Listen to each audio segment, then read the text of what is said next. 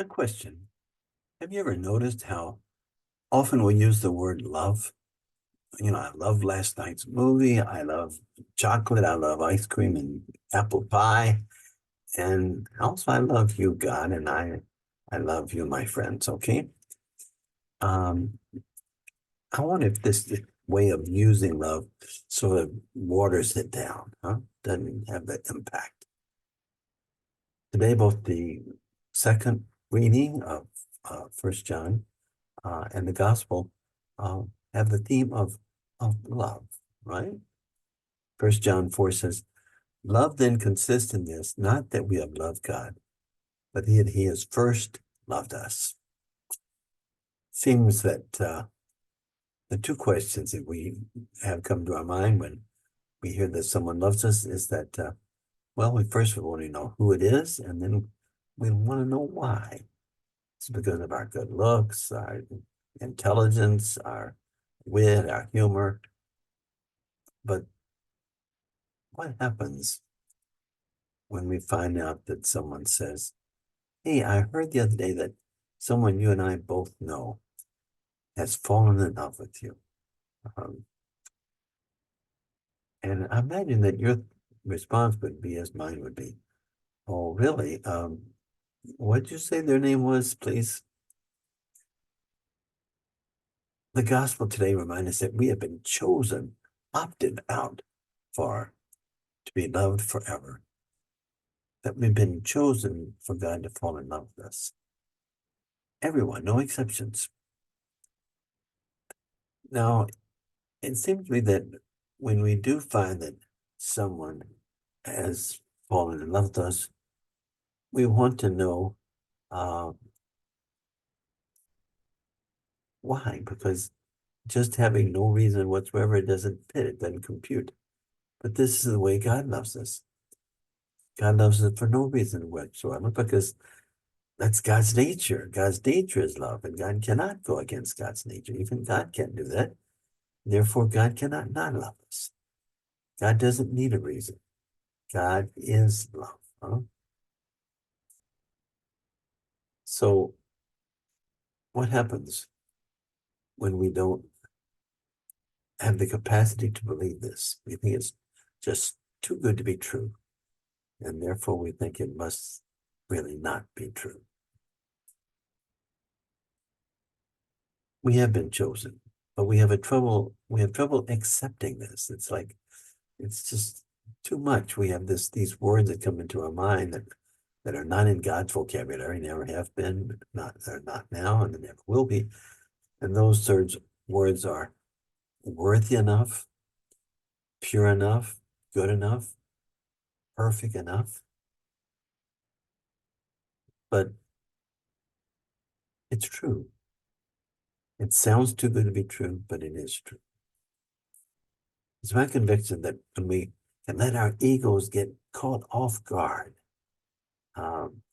kind of a divine ambush, um, that's when this truly good news can really hit home, can sneak past our egos.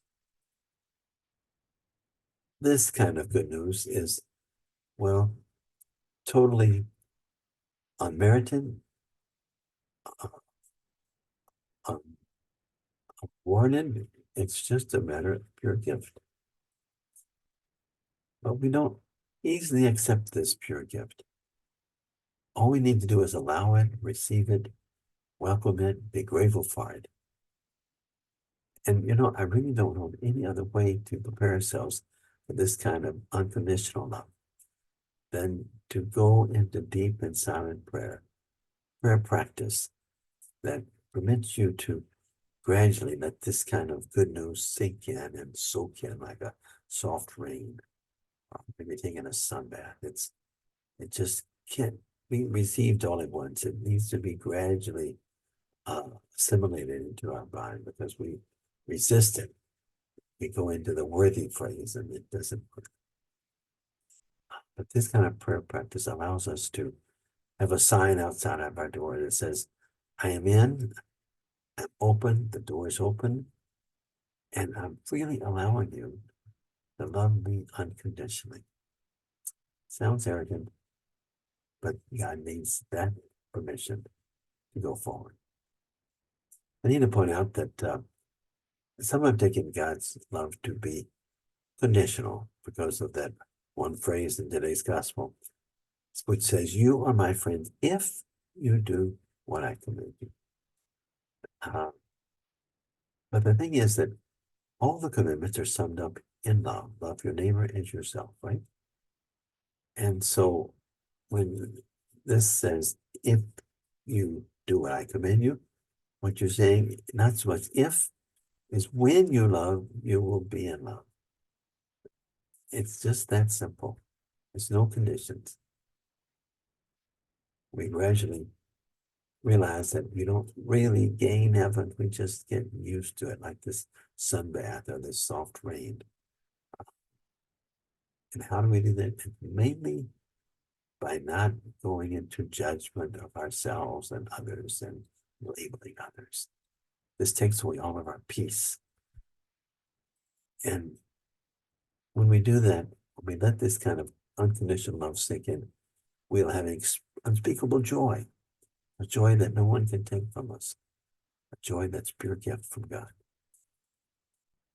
And so today's gospel sums it all up, saying, all this I tell you, that my joy may be in you and your joy may be complete. Wow, complete joy. You ready for it? And so we ask God, and God, how can you choose us and love us so unconditionally, huh? Over and over and forever? And I think God says, well, friends, I have chosen you because this is my nature. I am love. And I love you for no reason whatsoever. I just hope that I can get you to do one thing. That's, please try to accept this. Try to deal with it, okay?